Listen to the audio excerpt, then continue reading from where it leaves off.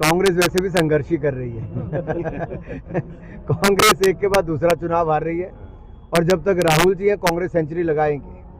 95 चुनाव अब तक कांग्रेस राहुल जी के नेतृत्व में हार चुके हैं। सेंचुरी 2026 में राहुल जी हार की लगा लेंगे, कांग्रेस लगा लेगी। अब मैं आपको दो आसानी से समझाऊंगा, आपको बहुत समझ आ जाएगा। 1989 में जवाहर रोजगार योजना नाम रखा कांग्रेस ने, और सोनिया जी का भाषण सुनिए पार्लियामेंट का, जब ये नरेगा लाए थे 2004 में। अब ध्यान से सुनिएगा।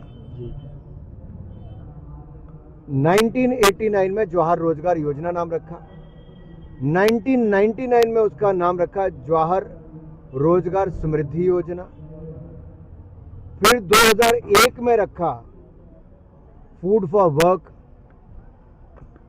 उसके बाद 2004 में जब इनकी सरकार यूपीए की आई तो ये लाए NREGA, national rural employment guarantee act, NREGA. तब भी महात्मा गांधी याद नहीं आए।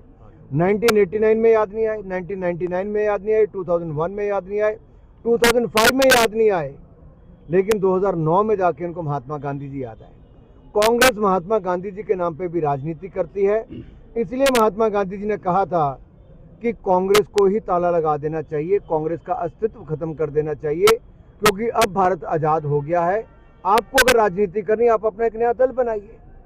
अब जहां तक जी राम जी की बात है, विकसित भारत के निर्माण के लिए, वीबी, विकसित भारत के निर्माण के लिए गारंटी फॉर रोजगार एंड आजीविका मिशन ग्रामीण, जी राम जी, ये क्या है? 100 दिन रोजगार मनरेगा में मिलता था, अब 125 दिन रोजगार मिलेगा। जो दिहाड़ी मनरेगा में मिलती थी उससे ज्यादा दिहाड़ी यहाँ पे मिलेगी। मनरेगा में मात्र बजट 30,000 करोड़ कांग्रेस का था, मोदी सरकार ने 1,11,000 करोड़ पे खर्च किया इस पे एक साल में। यही नहीं, कांग्रेस के समय इसमें घोटाले होते थे, लोगों को पैसा नहीं मिलता था। हमने जियो टैगिंग इसकी शुरू करवाई, एसेट क्रिएशन शुरू करवाई, यहाँ तक कि लोगों को जो कांग्रेस के सरकार में पैसा नहीं मिलता था, हमने बैंक खाते खुला के सीधा बैंक में पैसा ट्रांसफर करवाया। अब हम 15 दिन की बजाय 7 दिन में पैसा देंगे, 125 दिन दिहाड़ी देंगे, ज्यादा दिहाड़ी देंगे, यानी कि मैंडेट भी बढ़ गए, दिहाड़ी भी बढ़ गई, बैंक में पैसा भी 7 दिन में आ गया। तो राम जी के गुण गाइए, जी राम जी। गारंटी फॉर रोजगार एंड आजीविका मिशन ग्रामीण। कांग्रेस को केवल राम के नाम से दिक्कत है, विपक्ष को केवल राम भक्तों का अपमान करना है। इन्होंने राम भक्तों पे गोलियां भी चलाई, राम मंदिर का विरोध किया, आज तक राम मंदिर नहीं गए, राम सेतु का विरोध किया।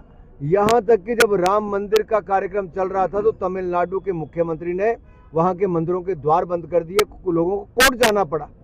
आज तमिलनाडु में कांग्रेस और डीएमके की सरकार मदुरई ब्रांच के, जो मद्रास हाई कोर्ट है उसके मदुरई बेंच के ऑर्डर आने के बावजूद कंटेम्प्ट ऑफ कोर्ट करते हैं। और दीपम का इशू आज इतना गर्म है, क्या हिंदुस्तान में सनातन को गाली निकाल के कांग्रेस जीवित रह सकती है?